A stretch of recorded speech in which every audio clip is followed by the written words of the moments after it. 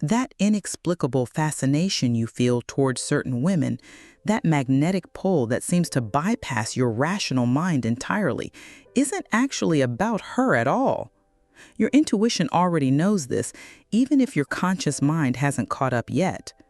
There's something deeper happening when you find yourself obsessively thinking about a woman who seems to embody everything you feel you're missing in life. Your body tenses when she's near, your mind races when she's absent, and you feel simultaneously alive and tortured in her presence. This isn't the healthy attraction of one whole person to another. It's your psyche desperately trying to reconnect with lost parts of yourself through her external form. Every man has experienced this at least once, that woman who seems to carry an almost mystical power, who appears to hold the key to some locked room within your soul. She might be wildly emotional when you pride yourself on being logical, creatively chaotic when you live structured, or vulnerably authentic when you wear masks of competence. The intensity you feel isn't proportional to how well you actually know her as a person. Instead, it's directly proportional to how much of your own emotional landscape she unknowingly reflects. Your nervous system recognizes something familiar, yet forbidden in her presence, something you've been unconsciously seeking to retrieve about yourself. What if that crazy intensity you feel isn't evidence of your weakness or lack of control, but rather your psyche's wisdom trying to show you exactly what needs healing within yourself? What if your obsession is actually a roadmap to your own emotional integration? The parts of her that captivate you most intensely are often the exact qualities you've been taught to suppress, deny, or reject in yourself. Her spontaneity mirrors your buried impulse for freedom. Her emotional expressiveness reflects your caged vulnerability. Her mysterious depth points to your own unexplored inner world. Your soul recognizes itself in her, but your mind mistakes this recognition for romantic destiny. This framework will teach you to distinguish between genuine love, which flows from wholeness, and psychological projection, which stems from internal fragmentation. You'll learn to recognize when you're relating to a real woman versus when you're relating to a symbol of your own missing pieces.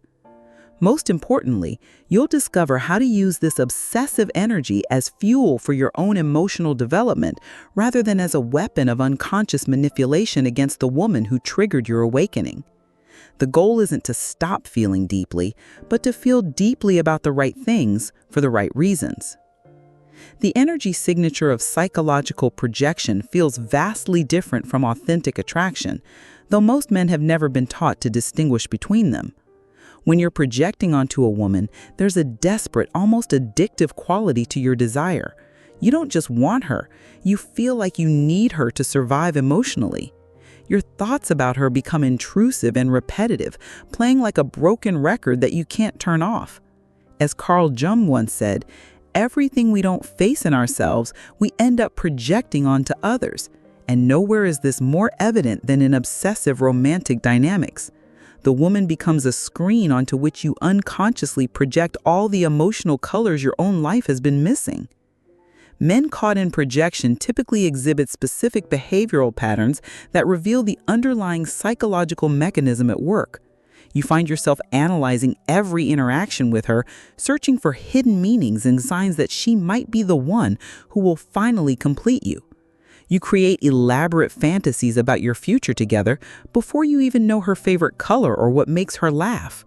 Your mood becomes entirely dependent on her responses to you.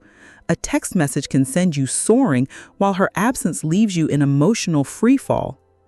You start modifying your personality, interests, and even life path to align with what you imagine she wants, losing touch with your authentic self in the process. The theater of projection versus authentic presence becomes apparent when you examine the quality of your attention toward her. In projection, you're not actually seeing her as she is, you're seeing her as a symbol of what you lack within yourself. You notice only the qualities that trigger your psychological hunger while remaining blind to her full humanity, her flaws, her struggles, her own growth edges. Your conversations with her feel charged with hidden agendas. You're unconsciously trying to extract emotional experiences from her, rather than simply enjoying her company. There's a performance quality to your interactions, as if you're both actors in a play you didn't know you auditioned for. Your body holds the truth about projection, even when your mind creates elaborate justifications for your behavior. Physical symptoms include obsessive thinking that disrupts sleep, nervous energy when she's mentioned, and a peculiar combination of excitement and anxiety in her presence. You might experience chest tightness, racing thoughts, or an almost manic quality to your energy when discussing her with friends. Your appetite might change, your focus at work suffers, and you find yourself constantly checking your phone for any communication from her. These aren't the symptoms of love. They're the symptoms of psychological dependency disguised as romantic passion. This dynamic sabotages genuine intimacy before it can even begin, creating a foundation built on unconscious manipulation rather than authentic connection. When you're projecting, you're not actually available for real relationship because you're too busy trying to get her to play a role in your internal healing drama. You become invested in maintaining the projection rather than getting to know who she actually is, which means you'll resist any information about her that contradicts your fantasy. The relationship becomes about feeding your psychological hunger rather than celebrating two whole people choosing to share their lives together. The cycle perpetuates itself because projection creates exactly the kind of intense, unstable dynamic that feels like passion, but is actually emotional chaos. You interpret the anxiety, uncertainty, and emotional volatility as signs of deep connection, when they're actually signs of psychological imbalance. True love feels peaceful and grounding. Projection feels electrifying and destabilizing. When she inevitably fails to fulfill the impossible role of completing your internal fragmentation, you either become resentful and blame her for disappointing you, or you double down on trying to win her over, convinced that more intensity will somehow bridge the gap between your fantasy and reality. The roots of male projection onto women trace back to a culture that systematically disconnects boys from their emotional landscape from an early age. From toddlerhood, boys receive messages that emotions are feminine territory. They're told to man up, to stop crying, to be strong, logical, and independent above all else. This creates an internal split where entire aspects of human experience get relegated to the unconscious shadow. Carl Jung taught that what we refuse to see in ourselves about our own emotional nature inevitably becomes our blind spot. And for many men, this blind spot encompasses everything soft, vulnerable, intuitive, and emotionally expressive about themselves. Traditional masculine conditioning creates what psychologists call normative male alexithymia, a culturally imposed inability to identify and express emotions. Boys learn to navigate the world through thinking rather than feeling, action rather than reflection, achievement rather than being. The parts of themselves that crave beauty, depth, emotional connection, and spiritual meaning get systematically suppressed until they're only accessible through external sources. This isn't the fault of individual men. It's the predictable result of a culture that treats emotional intelligence as optional for males while demanding it from females. The mother-son dynamic in many families unconsciously sets up this pattern of seeking emotional completion through women. Boys often witness their fathers emotionally unavailable, while their mothers carry the full burden of the family's emotional life. They learn to associate emotional nurturing, intuitive understanding, and expressive authenticity with feminine energy rather than recognizing these as human qualities available to everyone. This creates an unconscious template where women become the repositories for everything men have been taught not to be, setting up a dynamic of unconscious dependency rather than conscious choice. Educational and professional environments reinforce this split by rewarding logical, competitive, goal-oriented behavior while pathologizing emotional expression, collaborative thinking, or creative approaches to problem solving. Men learn to succeed in systems that value thinking over feeling, competition over cooperation, individual achievement over relational connection. By the time they reach adulthood, many men have successfully developed their masculine capacities while leaving their emotional, intuitive, creative, and collaborative abilities completely underdeveloped.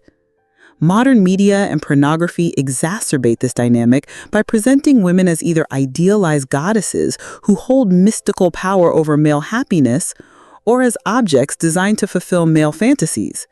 Men rarely see realistic portrayals of women as complete human beings with their own agency, struggles, and growth edges.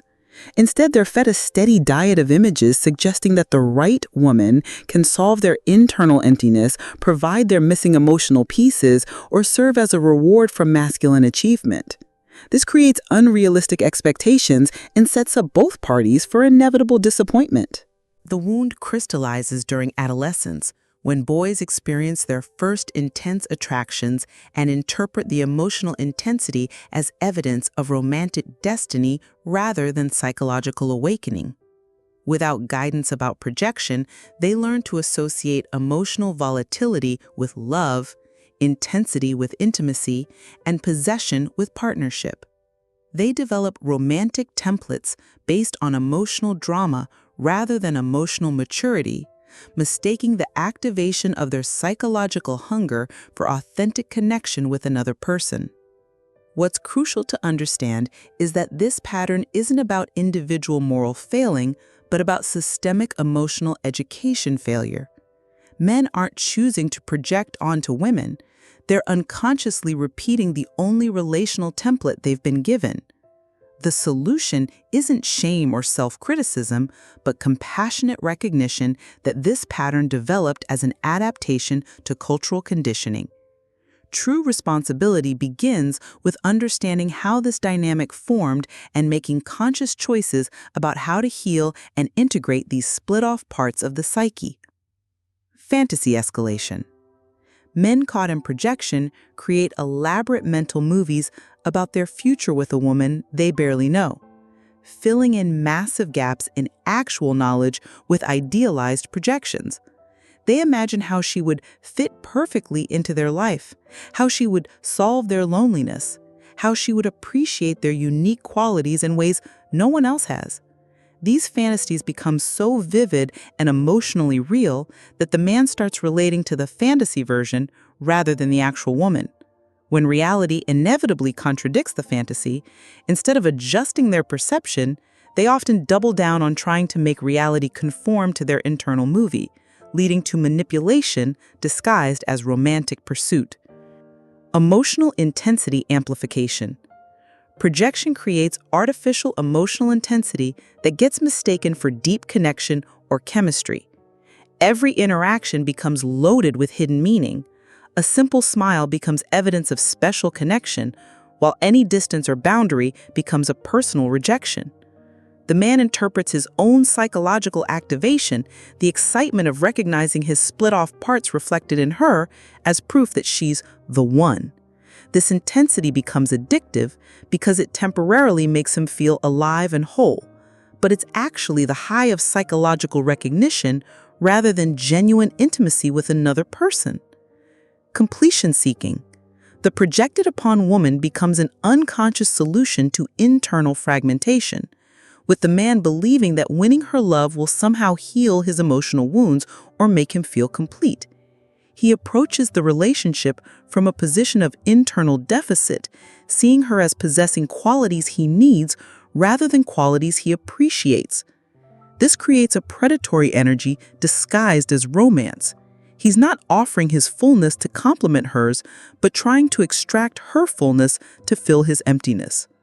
The relationship becomes about getting something from her rather than sharing something with her. Identity modification. Men in the grip of projection begin changing fundamental aspects of themselves to align with what they imagine she wants, losing touch with their authentic preferences, values, and personality. They might suddenly develop interests in her hobbies, adopt her political views, or modify their social circle to increase proximity to her. This isn't the natural influence that occurs in healthy relationships, but a desperate shape-shifting designed to make themselves indispensable to her. They become actors playing a role rather than authentic people sharing their truth. Boundary violation disguised as devotion. Projection often leads to the violation of the woman's clearly stated boundaries, but the man interprets his boundary pushing as evidence of his dedication or love. He might continue pursuing after she's expressed disinterest, show up uninvited at her workplace or social events, or persistently contact her despite her requests for space. He frames this behavior as romantic persistence rather than recognizing it as an inability to respect her autonomy. The projection makes him feel entitled to her emotional energy because he's mistaking her for a part of himself. Emotional responsibility displacement. The man unconsciously makes the woman responsible for his emotional state, monitoring her moods and responses for clues about his own worth and lovability. Her bad day becomes evidence that he's failed her. Her happiness becomes proof that he's succeeding. He can't maintain emotional equilibrium independent of her energy, which creates a suffocating dynamic where she feels responsible for managing his internal world. This isn't conscious manipulation, but unconscious emotional dependence that places impossible pressure on the relationship. Reality distortion and rationalization. When evidence accumulates that contradicts his projection, she expresses different values, shows disinterest, or reveals qualities that don't match his fantasy. The man often distorts or rationalizes this information rather than updating his perception. He might interpret her boundaries as tests of his commitment, her disinterest as fear of intimacy, or her authentic self-expression as temporary confusion that he can help her overcome. This reality distortion protects the projection but prevents genuine knowing of who she actually is as a person. Women targeted for projection often experience a specific form of psychological discomfort that they struggle to articulate, the uncanny feeling of being seen and not seen simultaneously. Carl Jung observed that projection is the unconscious transfer of our own aspects onto external figures, and women on the receiving end of male projection report feeling like they're being related to as symbols rather than people. They sense the intensity of the man's focus, but realize it's not actually about them as individuals. It's about what they represent in his internal drama.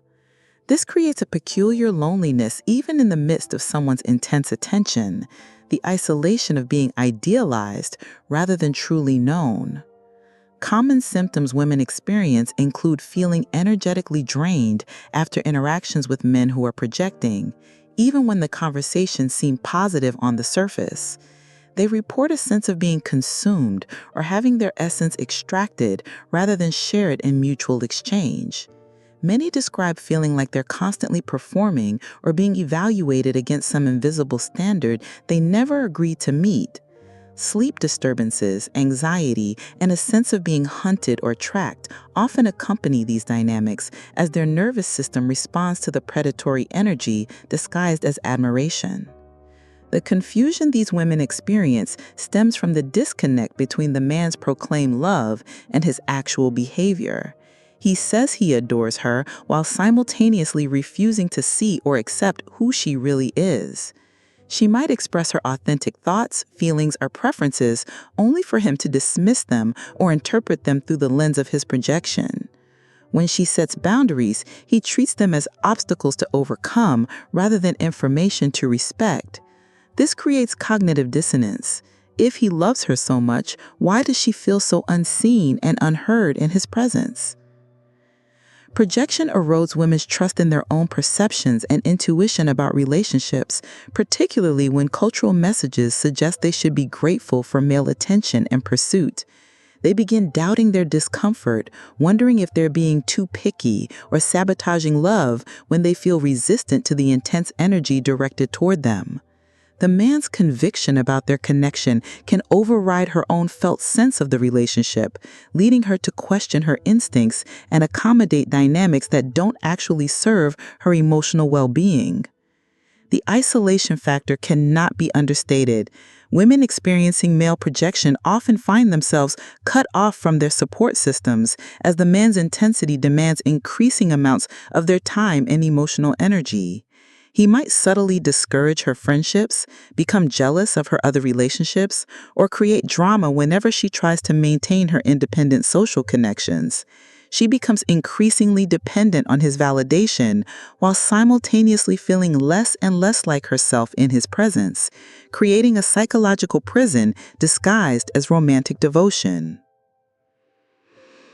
Recovery from being the target of projection requires women to rebuild their connection to their own internal authority and learn to distinguish between authentic appreciation and psychological extraction. This involves recognizing that someone's intensity toward them isn't necessarily evidence of their worth or lovability. It might simply mean they become a screen for someone else's unresolved psychological material.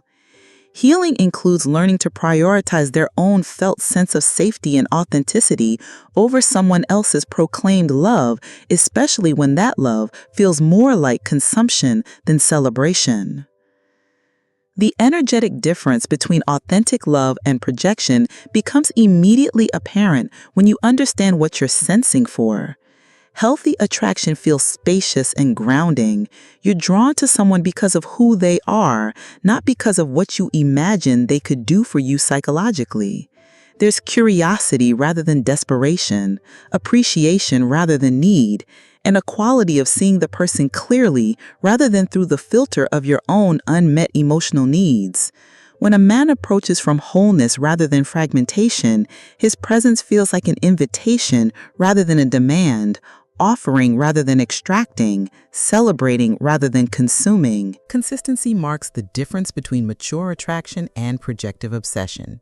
Emotionally developed men maintain their center regardless of the other person's responses or availability. Their interests remain steady, rather than spiking into intensity based on perceived reciprocation or crashing into despair when boundaries are set. They don't need constant reassurance or validation from the woman they're interested in because their sense of self remains intact, independent of her responses. Their emotional stability creates safety rather than volatility, predictability rather than chaos. Responsibility distinguishes mature men from those caught in projection. They take ownership of their own emotional state, healing journey, and internal completion rather than outsourcing these tasks to women. They approach relationships as whole people with something to offer, rather than as broken people seeking repair through romance. When triggered or activated, they do their own internal work rather than making it the woman's responsibility to manage their emotional reactions.